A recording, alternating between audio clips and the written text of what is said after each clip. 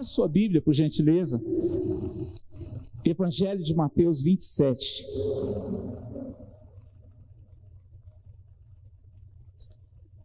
Quero ser bem breve aqui hoje, quero fazer um culto bem rápido, amém, querido? Quero pregar 20 minutos, logo depois orar, amém? Bem rapidinho aqui, em nome de Jesus. Mateus capítulo 27. A partir do primeiro versículo diz assim: Ao romper do dia, todos os principais sacerdotes e os anciãos do povo, eles entraram em conselho contra Jesus para o matarem, e amarrando-o, levaram-no e o entregaram ao governador Pilatos. Fique bem atento agora, a partir de aqui. Então Judas, que o traiu, vendo que Jesus havia sido condenado, tocado de remorso, ele devolveu as 30 moedas de prata aos principais sacerdotes e anciãos, dizendo: pequei traindo sangue inocente.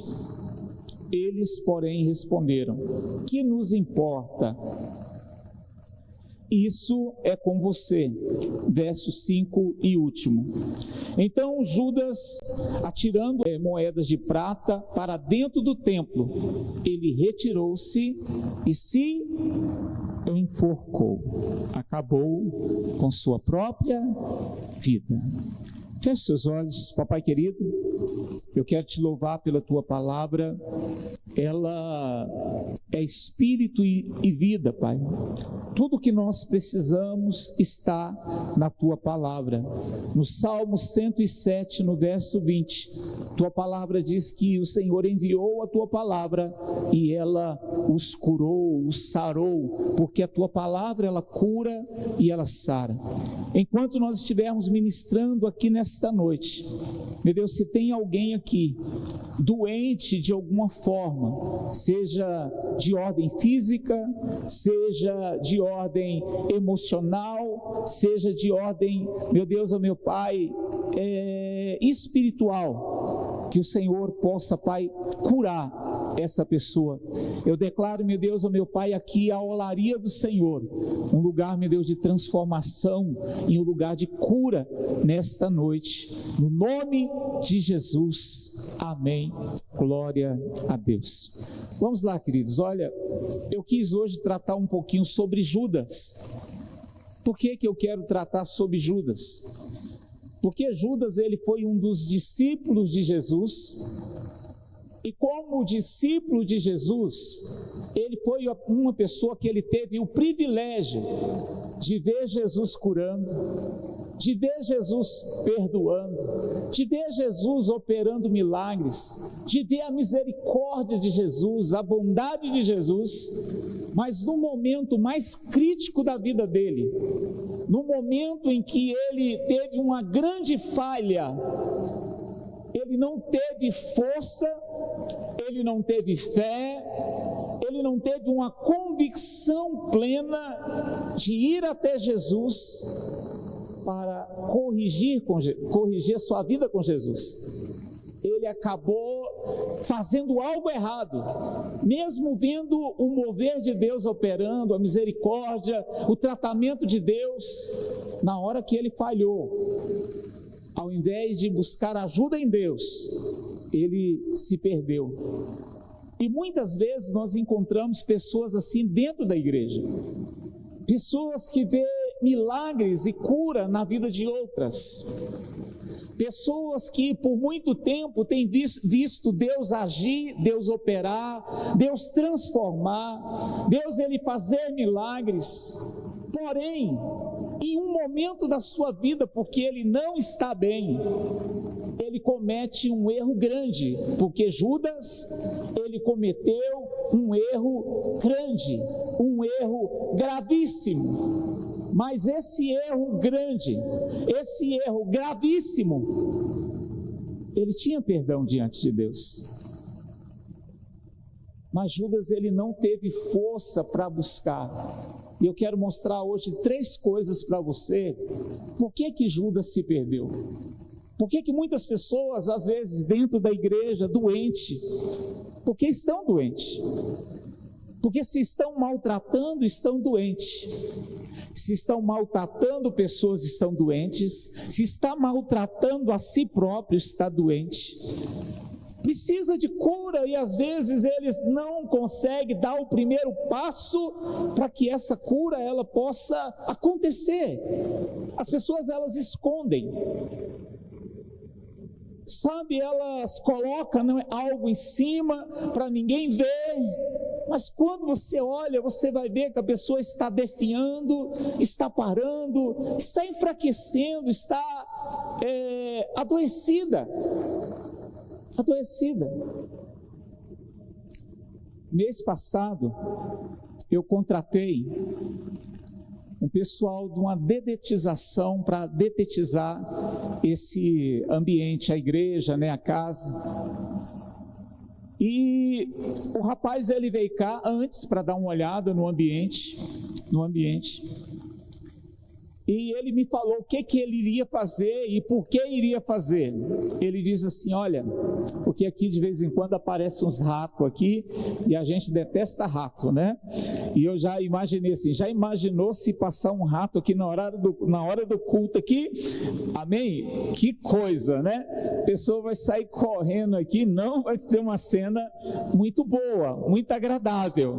Amém? E se eu ver, eu vou falar assim: sai dele, Satanás, porque ele entrou aqui porque o Satanás está nele, amém? Eu ia ter que disfarçar, amém? Em nome de Jesus. Então, eu chamei o técnico para poder olhar, e ele me disse o seguinte: a forma de tratamento que ele ia matar o rato. Ele disse assim: olha, o rato, não adianta você colocar coisas muito comuns para ele e colocar um remédio ali, porque se você colocar, ele é muito inteligente, ele não vai nem chegar perto.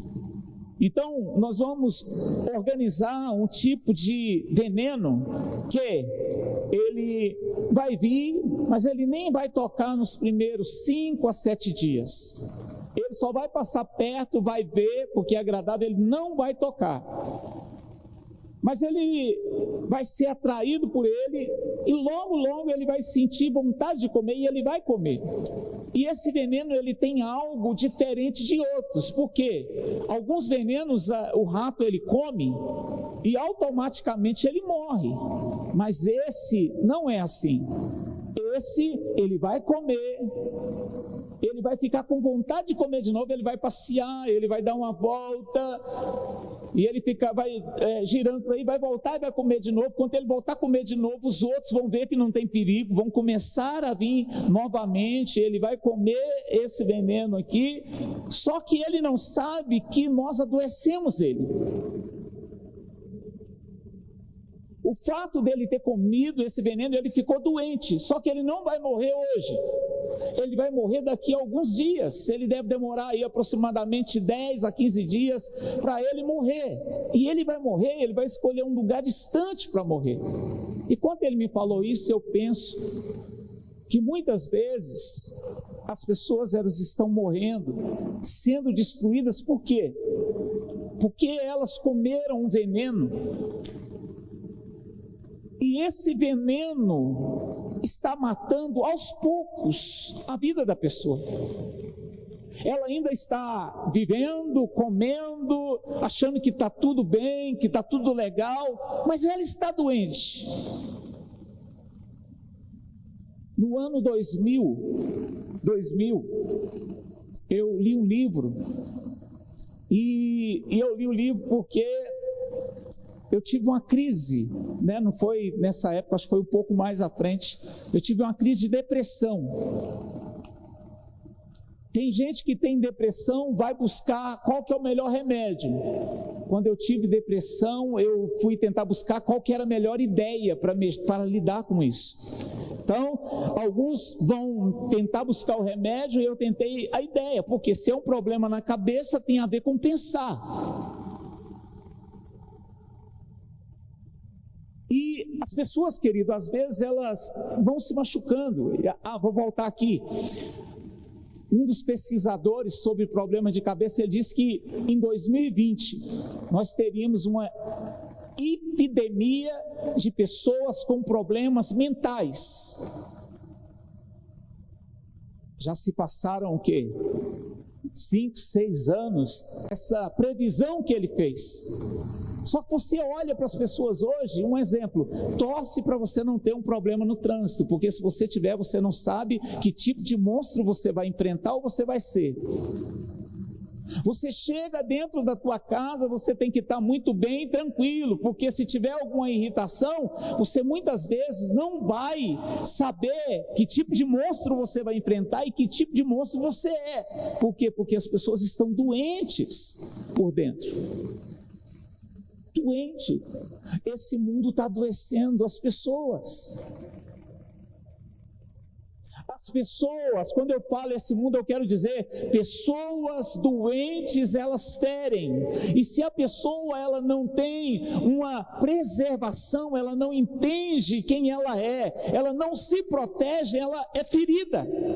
Então nós começamos a lastrar feridas, aquela doença, a gente fala da epidemia que teve do coronavírus, mas existe a epidemia da ira, a epidemia do ódio, a epidemia da raiva, a epidemia da vingança, e tudo isso está acontecendo por quê? Porque as pessoas estão desordenadas, elas perderam a paz. O que tem dentro dela é só ódio. Eu falei algo no domingo passado, existe uma diferença entre a raiva e o ódio. A raiva, ela pode ir embora no outro dia. Irai-vos e não pequeis. Mas o ódio é algo que, não corrigido, ele vai sendo alimentado. E o ódio, ele vai evoluindo, sabe, para vingança, para maldade.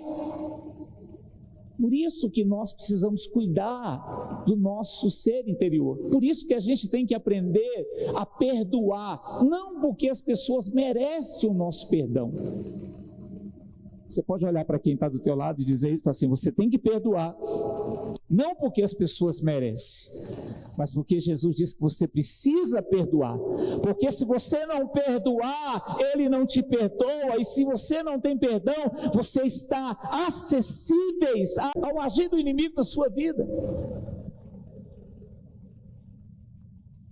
Então nós devemos perdoar por causa disso. Agora eu quero dizer de onde começam as feridas, e eu queria hoje tocar na história de Judas. A primeira coisa, Judas, ele andava com Cristo, mas ele não estava disposto a fazer a vontade de Cristo. Ele tinha um plano particular, um pensamento e uma ideia particular. Qual que era? Jesus, ele veio para pregar o reino de Deus na terra, para poder governar a terra através do seu governo dentro do homem. Preste bem atenção. Jesus, ele veio governar a terra através do seu governo dentro do homem. Judas, ele queria e estava perto de Jesus, porque ele entendia que Jesus estava montando um exército, e esse exército, ele iria agregar pessoas, ele ia destruir o Império Romano daquela época, ia trazer paz para o povo. Só para você ter uma ideia, quando acontece o milagre dos pães, no capítulo 6 de João, o milagre dos pães acontecendo aí, quanto é no João 6, verso 15, Evangelho de João 6, verso 15, a Bíblia diz assim, olha, eles queriam fazer de Jesus um rei à força. Por quê? Estava alimentando. O povo daquela época, a gente fala de comunismo hoje, mas a mentalidade de comunismo era daquela época também. Imagina um rei que alimentava todo o povo sem trabalho, sem esforço. Naquela época tinha essa mentalidade. Então Judas estava servindo a Cristo pelo seu próprio plano, não pelo plano de Deus, nem pela vontade de Deus. E quando a gente serve a Deus, mais pelo aquilo que nós queremos fazer do que o que Deus quer fazer através de nós, nós vamos adoecer. Por quê? porque nós vamos ter muitos conflitos. Quem quer um segredo aí para viver bem aí, diga glória a Deus. Faça uma escolha o mais rápido possível, saia de cima do muro o quanto antes. Toda pessoa que ela fica em cima do muro, ela adoece. Toda pessoa que ela fica em cima do muro, ela vai morrendo aos poucos, porque a indecisão abre brecha para muita imaginação, muita ideia, e quem coloca essa ideia é o diabo. A coisa que mais cura na nossa vida é decisão. Olha para quem está do teu lado e diz: olha, a cura começa com decisão. Repita isso, fala assim: a cura começa com decisão. Tudo é decisão. Eu decido fazer isso, eu decido fazer esse tratamento, eu decido passar pela libertação, eu decido passar pelo discipulado, eu decido passar, né, por esse confronto. O lugar que mais adoece a pessoa é onde tem dúvida. Por quê? Porque como não bate com o que eu quero, tudo o que está acontecendo é contrário.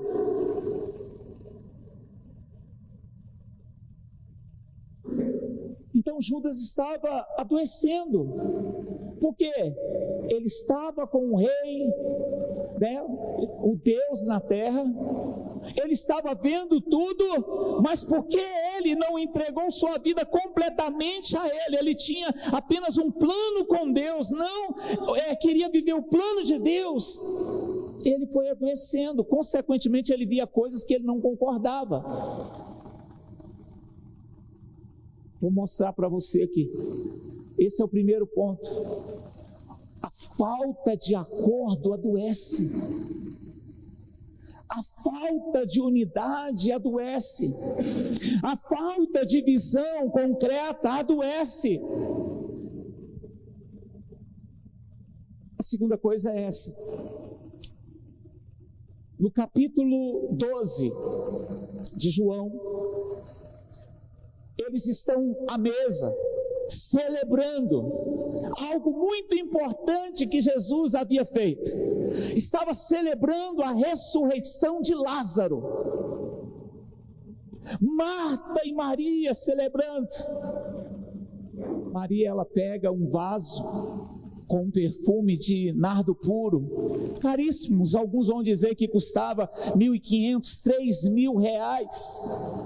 E ela abre, e aquele perfume, ele toma conta daquele ambiente, daquela sala onde eles estão. E a palavra diz que ela começa a lavar os pés de Jesus com aquele perfume. E de repente Judas está ali olhando e dizendo: olha, por que não vende e dá aos pobres? Está desperdiçando.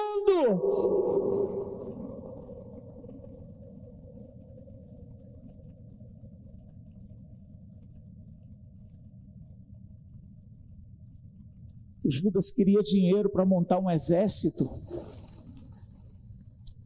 Ele não queria dinheiro para manter a missão de Jesus, mas ele queria um exército, ele queria coisas grandes. Deixa eu te falar algo sobre Judas. Existem 4 temperamentos: sanguíneo, melancólico, colérico, fleumático. Ele era o melancólico. Um cara analista, um cara calculista, um cara perfeccionista, que tudo nele era bem detalhado. Você sabia, aqui uma curiosidade bíblica para você, dos 12 discípulos de Jesus, 11 eram da Galileia e apenas um da Judeia. Quem que era esse da Judeia? Judas. Os 11 que eram da Galileia eram considerados como roceiros, caipiras, simples. Mas da Judéia, da tribo de Judá, ele era alguém, ele era o quê? Mexia com finanças. Então, querido, esta área de negociação era com ele mesmo, era calculista, ele pensava, ele tinha dados, ele tinha informação, porque essa é uma característica de quem mexe com finanças, ele trabalha com dados, com informações, com levantamentos. Então tudo que ele estava fazendo ali, ele estava pensando nele, ele não estava pensando no reino. E ele tinha um problema muito grande. Ele andava com Cristo, mas ele não conseguiu ser liberto da prisão da ganância. Deixa eu falar algo para você, querido. O que mais adoece as pessoas nessa época? Preste bem atenção. O dinheiro. Sabia disso? Quando falta dinheiro, as pessoas elas são capazes de fazer tantas coisas para tê-lo. Isso de níveis menores, mais simples, até superiores. As pessoas, elas se vendem. As pessoas, elas negociam. E Judas, ele tinha esse problema de ganância, ele não era liberto. Ele não era liberto a tal ponto de, quando ele faz essa crítica, tudo indica que na hora que Jesus ele levanta a voz, porque Jesus ele diz assim, olha, não se preocupe com o que ele está falando, porque ele é ladrão. Jesus disse que ele era o quê? Ladrão. Ele tira o que está sendo colocado na bolsa, não se preocupe com ele.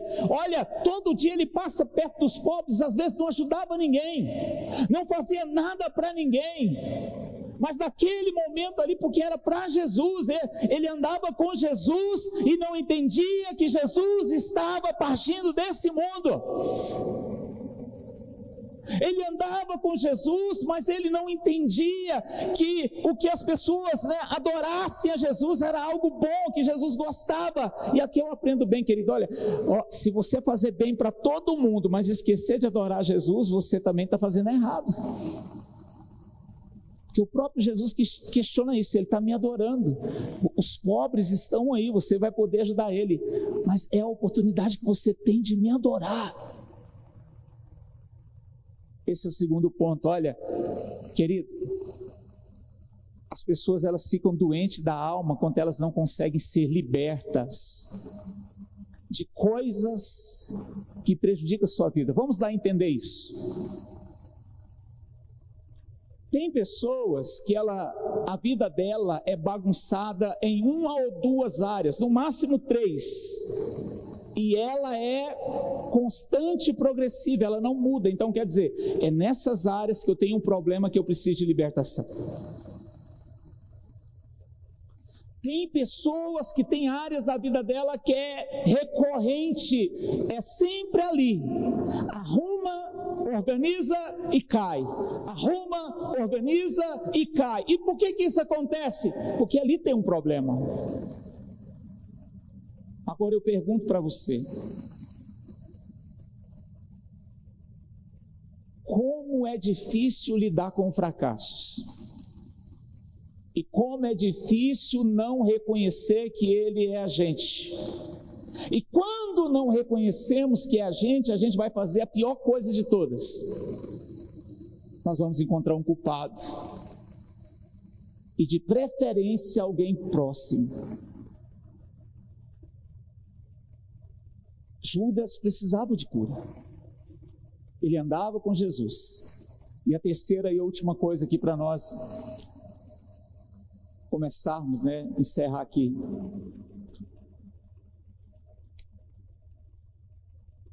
Ele falhou. Nesse texto que eu li para você, Judas fez o quê? Eu quero perguntar aqui, quem já falhou aqui caminhando com Cristo aí? Diga glória a Deus. Eu já falhei. Eu falho, e vou dizer, ainda vou falhar.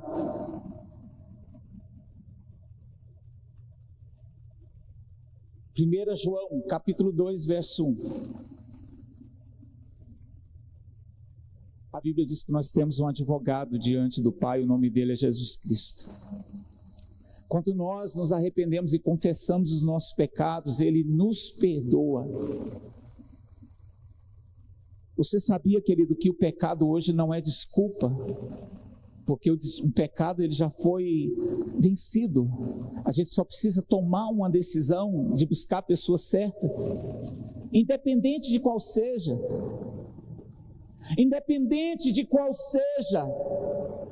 A Bíblia diz que o amor de Deus ele é grande, ele é largo, ele é profundo. Ele alcança o mais vil pecador. Mas o que Judas fez?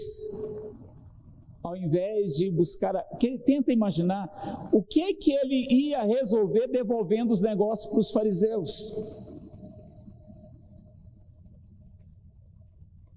O que ele iria resolver devolvendo para aquele que o comprou?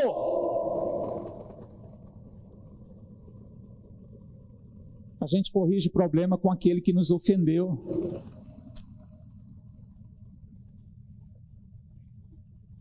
Ele ofendeu Jesus, ele não foi para a pessoa certa. Estava preso, mas ele tinha que buscar ajuda nele. E eu queria hoje dizer para você que às vezes nós temos muitos Judas dentro da igreja, nesse aspecto. Ver os milagres acontecer na vida das pessoas, ver a transformação acontecer nas vidas das pessoas, mas são incapazes de ir até Jesus, se quebrantar, se render para ser curado.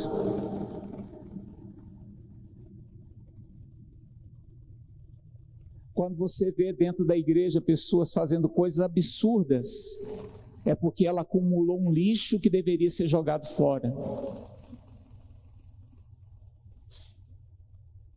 Acumulou. Sabia onde, sabia como, mas não fez. Estamos vivendo na era, eu não lembro agora, mas há 10 anos atrás, o índice de suicídio no mundo anualmente era de 1 milhão de pessoas, já tem alguns anos atrás. Anualmente, eu não sei quantas por minuto, mas tem essa pesquisa de pessoas que tiram a própria vida. Aí vem a seguinte pergunta: o que leva uma pessoa, mesmo sabendo que existe o inferno, mesmo sabendo que Jesus deu a vida dele para que essa pessoa pudesse viver, ela chegue ao ponto de tirar a sua própria vida? O que leva a isso?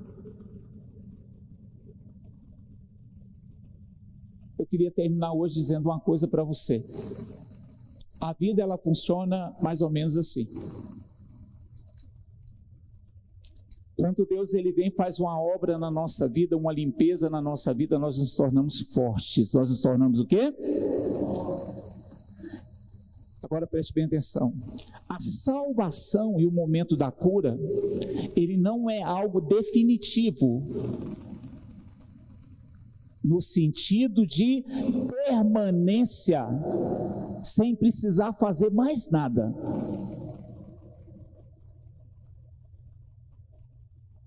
A Bíblia diz, tem um texto, Lucas 11, a partir do verso 24, que quando o inimigo ele sai, ele vai procurar um lugar para habitar, não encontra nenhum lugar para habitar, então ele volta para aquela casa que está limpinha, mas não tem nada dentro. Então a obra de Deus ela não é algo permanente, é necessário uma responsabilidade, um cuidado para ela se manter firme permanentemente. Não é algo sem um cuidado, precisa cuidar. Agora tenta imaginar, todos os dias você vai soltando a mão de Jesus um pouco. Você vai vivendo baseado no seu pensamento e na sua ideia. Você vai só se deslocando. Você já não alimenta, porque infelizmente as pessoas hoje elas não leem a Bíblia como deveriam, elas não oram como deveriam. E eu tenho um terceiro ponto que é o que mais firma as pessoas em Cristo. Quem quer saber aí, diga glória a Deus. quando você prega o evangelho para alguém, você nunca esquece a palavra, mas só o fato de ler e orar e ficar só para você, isso pode até te matar, e a maioria não faz. Quando você prega, você coloca em prática. Quando você coloca em prática, vira vivência. E quando vira vivência, querido, começa a fazer sentido para você. E isso te fortalece. Então a pessoa ela vai ficando fraca. Em Gênesis, no capítulo 6, a Bíblia diz que o povo estava inclinado para o pecado. O que significa isso? Olha, era tão atrativo que ele já estava do lado de cá. Então tudo na vida dele estava contribuindo para que ele vivesse longe de Deus.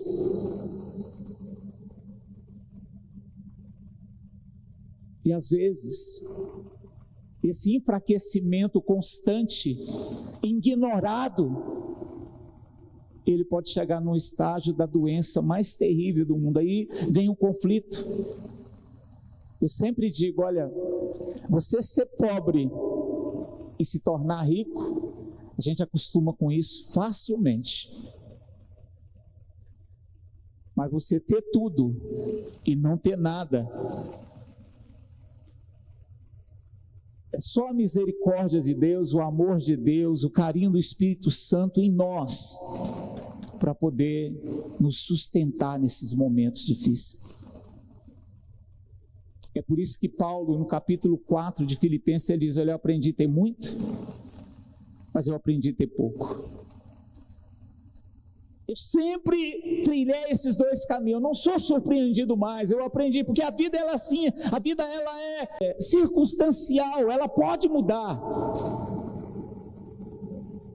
Mas eu quero dizer algo para você aqui, para nós encerrarmos. Uma história como essa aconteceu com um homem chamado Jó. Qual que é o nome dele? Jó. Jó também perdeu família. Jó também perdeu bens. Jó quase perdeu a sua vida.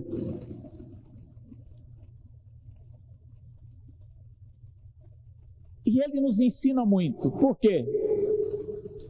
Ele perdeu não porque ele merecia. A Bíblia diz que Deus ele permitiu uma situação. E se Deus permitiu, é porque Deus sabia que ele ia vencer. Mas o mais importante nesse texto é o seguinte: se eu me ferir nesses processos, eu posso nunca levantar. Ou melhor, se eu ficar doente nesses processos, eu posso até não levantar. Mas se eu buscar cura e restauração nesses lugares, porque a gente acaba ferido, machucado, magoado e tudo mais, Deus ele restaura. E a Bíblia diz que Deus ele restaurou a vida de Jó. E é interessante que ele restaurou por um motivo: ele não perdeu a comunhão dele com Deus. Ele em crise, ele orava pelos amigos dele. Às vezes a gente está dentro da igreja, está vivendo um momento de escassez da nossa vida, mas a gente pode ser bênção na vida de quem está prosperando. Era isso que Jó ele fazia. Ele não tinha nada, mas ele estava abençoando a muitos. Só que a Bíblia diz que o fato dele estar bem com Deus fez Deus abençoar ele em dobro de tudo que ele havia perdido. A vida cristã não é uma vida de perfeição. Nós vamos falhar, nós vamos errar. Se precisarmos de cura, nós vamos ter que buscar cura. A gente só não pode ficar doente dentro da igreja, sabe por quê? Capítulo 5 de Efésios, Deus ele quer curar a sua noiva. Mas quando a gente está doente dentro da igreja, a gente está adoecendo a noiva. A gente precisa se curar, estar bem conosco. Não seja como Judas, A alma de Judas tinha o mesmo valor depois que ele pecou. Jesus via Deus, ele sabia do valor, mas ele não entendia o valor. Por isso que ele não buscou a misericórdia de Deus. Eu pergunto para você, você está buscando a misericórdia de Deus? Eu queria hoje que você pensasse nisso. Está doente? Tem alguma coisa mal resolvida dentro de você? Vai para a cruz, dobre os seus joelhos, abra o seu coração, volte a se quebrantar diante de Deus. Você não precisa fazer isso diante dos homens. Chega lá na tua casa, se prostra, se rende. Só não fique doente. Existe a doença que vem, o problema que vem, mas tem aquele que a gente cria e a gente domestica para nós mesmos e ele fica atrapalhando a nossa vida. Não faz mais isso. Eu queria nessa primeira ministração aqui dizer para você, não seja como Judas. Na mesma época que Judas ele errou, sabe quem errou também? Pedro. Qual que é a diferença dos dois? É a atitude que um e o outro tomou. A sua vida, ela pode mudar se você tomar a atitude certa. Pedro falhou e tomou a atitude certa. Judas, ele tomou a atitude errada, sabe o que aconteceu? Ele não aguentou mais viver.